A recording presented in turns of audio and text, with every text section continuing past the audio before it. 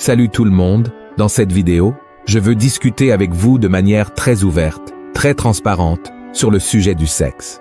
Je suis sûr que si vous restez jusqu'à la fin, de nombreuses questions seront éclaircies, et je veux parler d'une manière simple, facile à comprendre. Frères et sœurs, je suis impressionné par la façon dont les gens ont des blocages dans ce domaine, ce qui nuit beaucoup au mariage. Un jour, le pasteur m'a raconté qu'un frère de son église l'avait appelé en panique, lui demandant de faire une prière de délivrance pour sa femme parce qu'il disait que sa femme était possédée par un démon, le démon de la Pomba, Jira. Le pasteur a ensuite cherché à savoir ce qui se passait et l'homme a dit que sa femme était apparue devant lui de manière sensuelle en portant de la lingerie. Frères et sœurs, quand le pasteur m'a raconté cela, j'ai commencé à rire, mais en même temps, j'ai vu à quel point c'était sérieux, à quel point la religiosité empêche les gens de recevoir la bénédiction de Dieu. Il y a beaucoup d'hommes et de femmes qui adoptent une attitude légaliste, disant « rien n'est permis, ne me touche pas ». Mais quand ils sont seuls, ils sont accros à la pornographie, sans parler de ceux qui trompent leurs conjoints. Frères et sœurs, soyons honnêtes ici. Beaucoup de gens passent tout leur temps à penser au sexe, et ce n'est pas par hasard, car ce sujet est partout. Il suffit de regarder les films, les séries, d'accéder à Internet, surtout, ou de se réunir entre amis, et là, les gens en parlent toujours. Et dans le milieu chrétien, ce n'est pas différent, vous savez? Mais nous avons une conduite différente, surtout en ce qui concerne le sexe en dehors du mariage. Je me souviens quand j'ai commencé à fréquenter l'église en 2002, c'est là que je me suis converti. Ils nous ont enseigné des principes bibliques montrant que le sexe avant le mariage est un péché. Et grâce à ces enseignements, j'ai pris la décision d'attendre le mariage. Je me suis marié vierge à l'âge de 29 ans et aujourd'hui, je remercie le Seigneur pour cette décision. Ma femme aussi s'est mariée vierge, mais je sais que la grande majorité ne peut pas attendre jusqu'au mariage. Et cela n'invalide pas la parole de Dieu. Car si vous obéissez au Seigneur, vous récolterez certainement des fruits, et même si vous commettez des péchés et que vous vous repentez, la promesse du Seigneur est que le sang de Jésus vous purifie de tout péché. Amen. Eh bien, lorsque les gens se marient, beaucoup pensent que tout est maintenant permis, qu'ils peuvent faire ce qu'ils veulent, et je vais vous montrer dans la parole de Dieu qu'il existe au moins 4 types de relations sexuelles interdites, d'accord? Mais avant de commencer, je tiens à vous demander de vous abonner à ma chaîne. Il vous suffit de cliquer sur le bouton sous la vidéo, de vous abonner, et à côté apparaîtra une cloche. Cliquez également sur cette cloche pour recevoir toutes les notifications à chaque fois que je publie une nouvelle vidéo.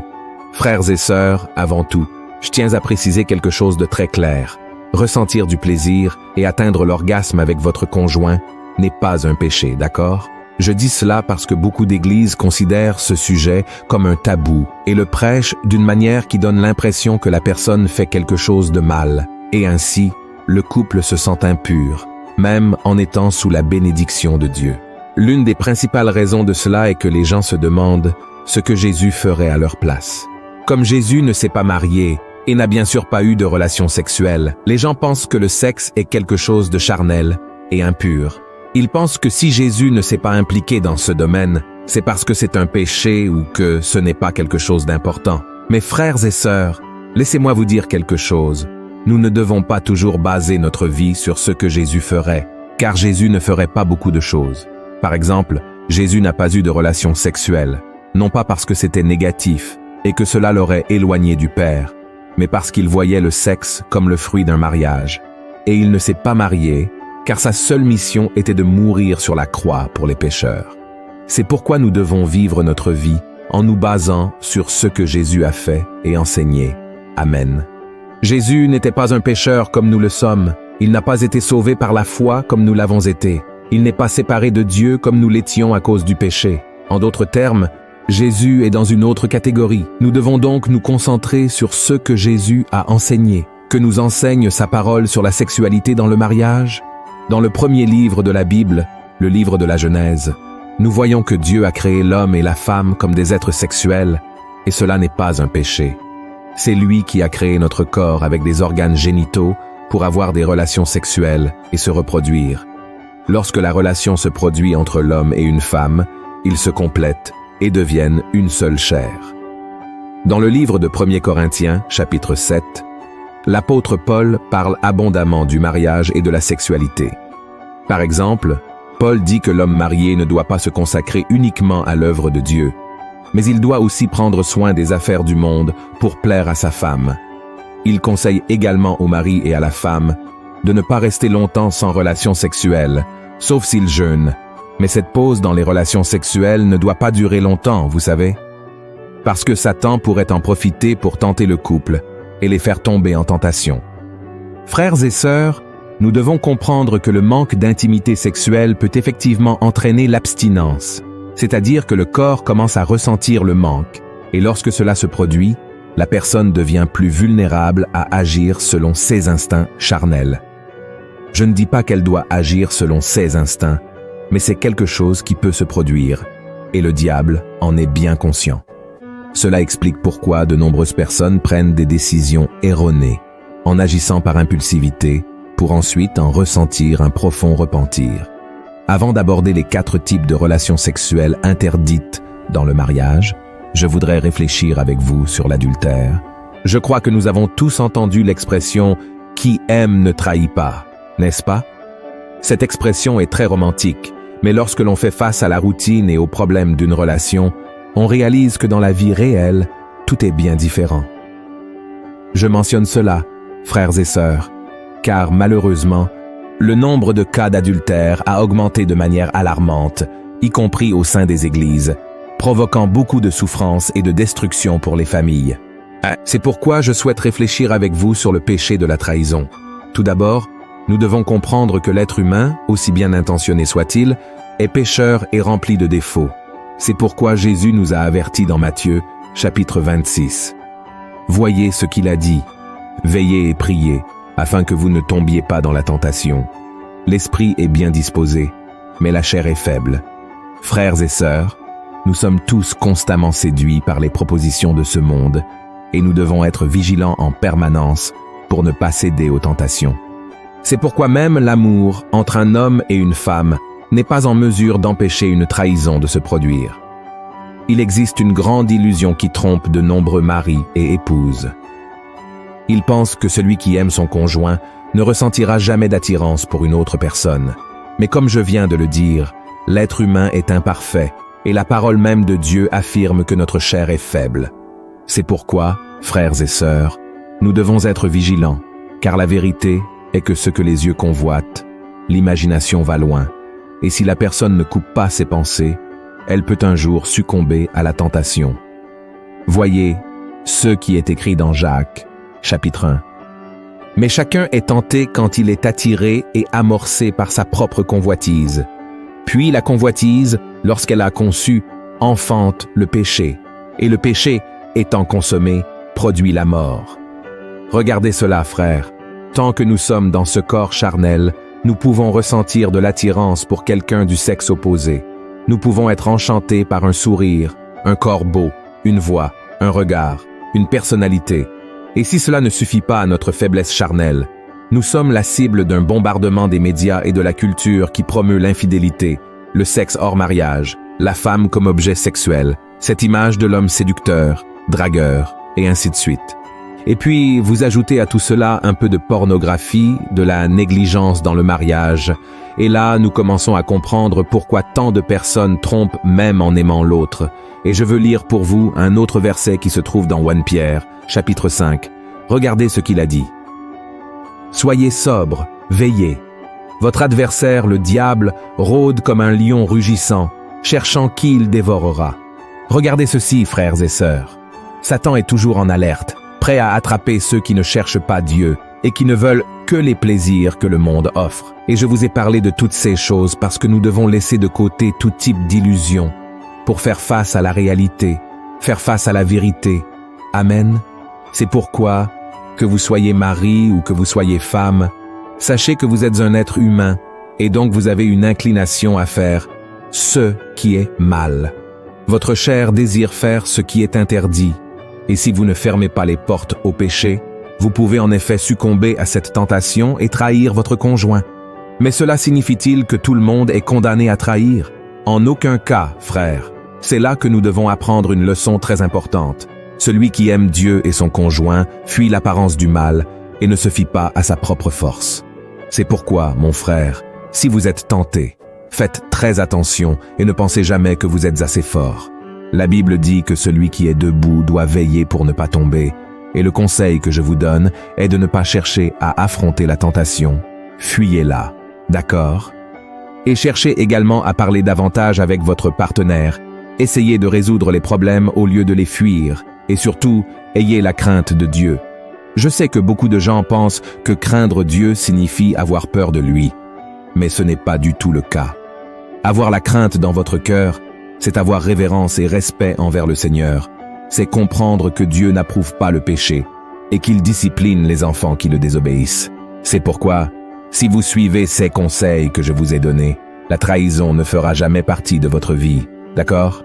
Il y a un verset dans les Proverbes 28 qui dit ainsi « Heureux l'homme qui est continuellement dans la crainte, mais celui qui endurcit son cœur tombe dans le malheur. » Alors, si nous voulons avoir une vie bénie, une vie de paix, de protection, de tranquillité, il suffit d'avoir la crainte du Seigneur et d'obéir à sa parole.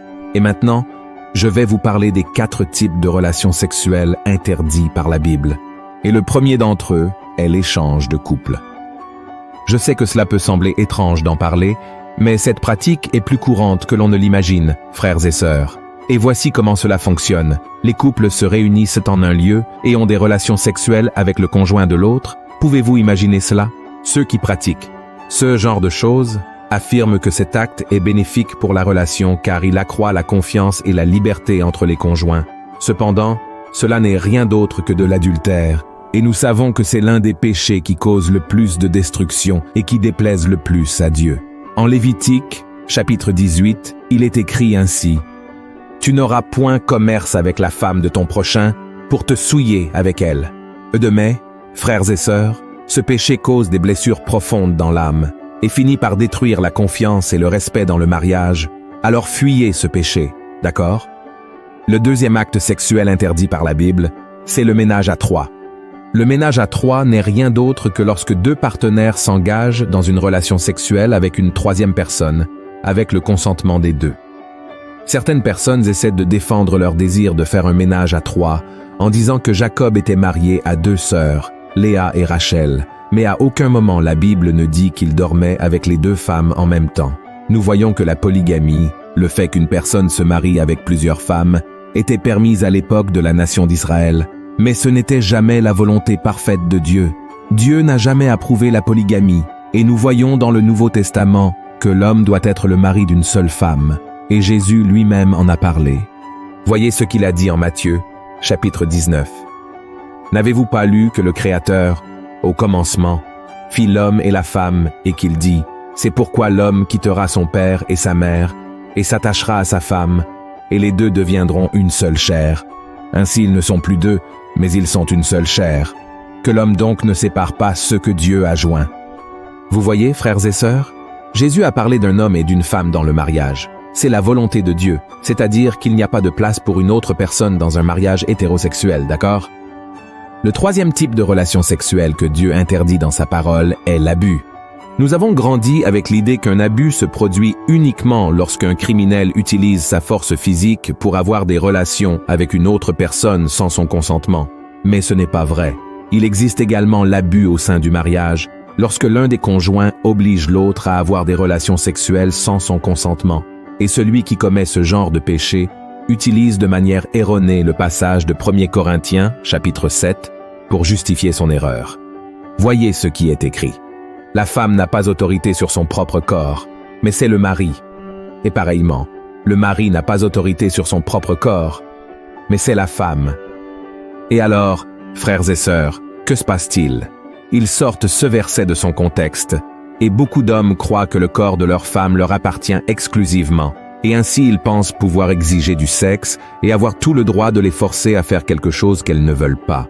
Mais ce que la Bible dit, c'est que nous devons satisfaire notre conjoint et ne pas chercher seulement notre propre plaisir, d'accord?